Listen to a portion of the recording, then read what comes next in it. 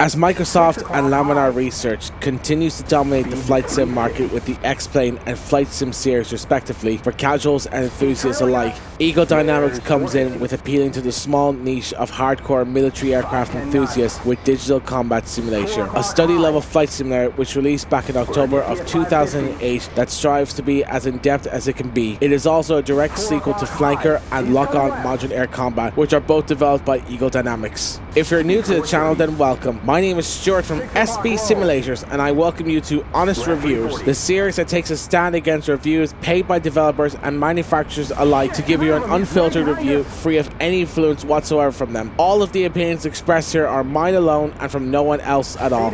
With that being said, here is my honest review of Digital Combat Simulator.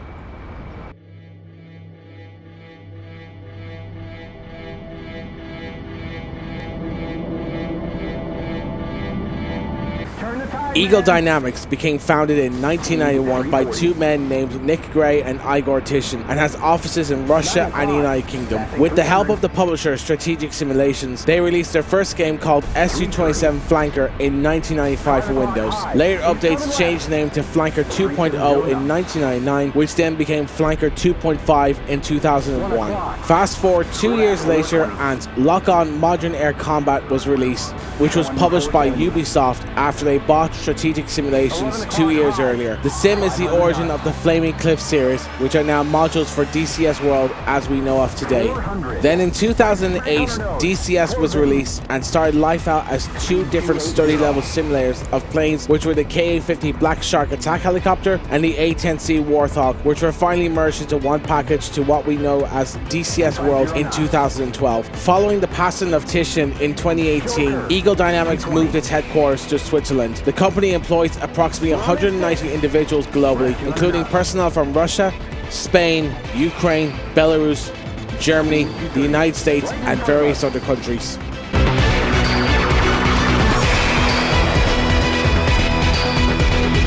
To start out with a confession, I was originally an Ace Combat player before discovering DCS. And initially, the flight model surprised me due to the steep learning curve that took me a fair amount of time to get used to it. But once I did, I was starting to enjoy it. Honestly, it has an amazing flight model and does an excellent job on replicating the flight model on each plane that the players themselves can fly. The plane itself responds very fluidly to whatever inputs I put into it, and even simulates airflow of the plane that influences the behavior of it, which is essential to a hardcore study level simulator, so much so that it's even confirmed being used by the US Air Force for training, as well as the French Air Force for training on the Mirage 2000C aircraft, up until the real world plane itself was retired in 2022. So while there is a huge learning curve to the physics aspect of the sim, it shows its true qualities once you master it with time and patience after learning the ins and outs of your plane of preference.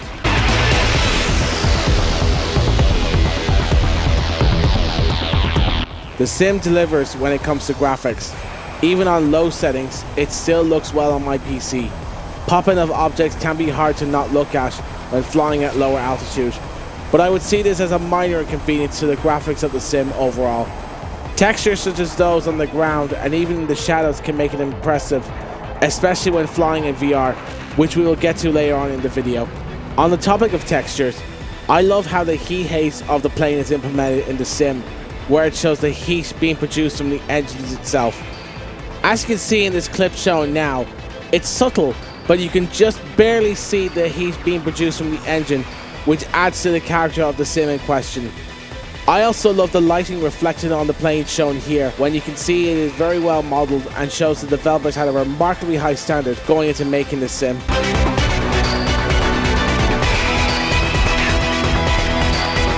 Performance is a bit hit and miss, as it really depends on the mission you're flying as well as your graphics settings. I had it running at medium to high settings and was getting on average 80 to 20 FPS, with it being a bit lower when running in virtual reality. I got these frame rates from running on my old GTX 1660 Ti, and I'm impressed with how smooth it can run as well when you have it set correctly. Of course, it's not perfect, as the sim itself can sometimes suffer from horrible loading times and even minor stutters during gameplay. Significant adjustments to the graphics settings will be necessary to achieve an acceptable frame rate for the simulation. However, these efforts will be worthwhile once satisfactory performance is reached.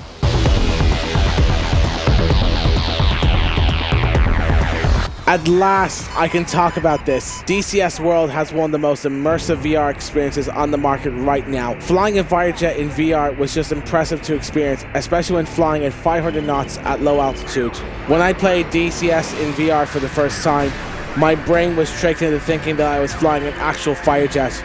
So much so that it caused me motion sickness for the first few times. After a while, it's a breathtaking experience and worth getting a VR headset for. In this review, I was using a HP Reverb G2, which is also great for racing sims as well. While it did produce a couple of jagged edges on the textures displayed in my headset, the overall picture quality of the sim within didn't break the immersion at all in DCS. So if you have a VR headset, I will highly recommend getting DCS. And likewise, if you have DCS, I would strongly urge you to go buy a VR headset, as the experience is worth spending a couple of €100 to get.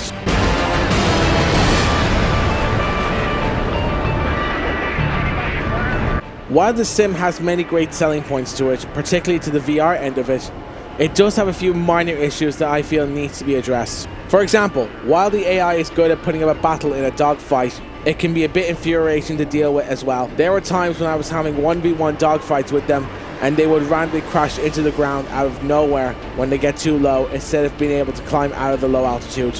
Yes, I am aware you can edit the AI behavior in the mission editor, which leads to my next issue with the sim. It feels very cluttered with how small the icons are, and how it's laid out can be very overwhelming for someone who is only new to DCS. Many of the icons are clustered in one corner or another, which makes it very challenging to find the necessary tools for completing your mission efficiently. It's easy to find what you're looking for once you get past it, but it's a tricky learning curve to get past when you first start using it. DCS can also be quite expensive if you plan to fly more than one plane. When you first start, you get an SC-25 Frogfoot, which comes free with the sim, along with the Caucasus map as a starter. The sim itself is free to play, but like every free to play game, you will have to spend money to pay for added content such as planes and maps for the sim. Looking at the store page for this sim, content such as maps and planes, and assuming you're planning to invest further into the sim, you will find yourself spending approximately $15 to $60 for each module you buy for the sim. All of this does sound quite pricey, but at least you're not being charged a subscription on top of paying for planes and maps in total. iRacing.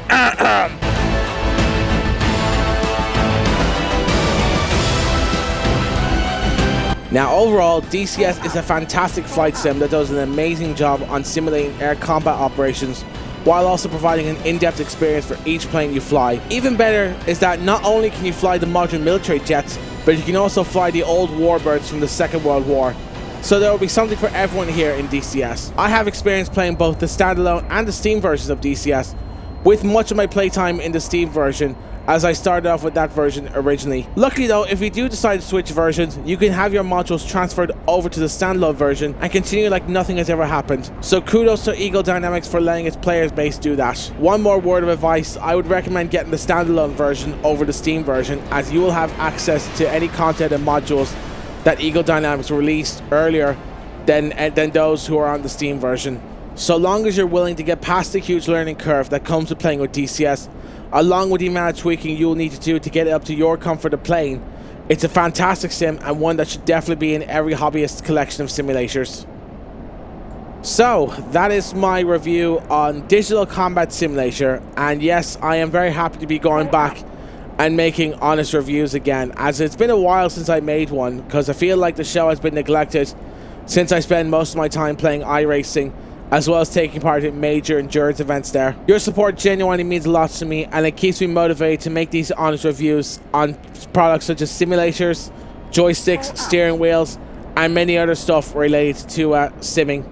Just to add context to this review, the version I'm reviewing is 2.9.13. So if you have a different version in a few months from now, it's because I'm using a much older version for this review. Everything that I have mentioned here for DCS is accurate at the time of making this video. And it's good as well that Honest Reviews is starting to have an influence on people who are watching the series.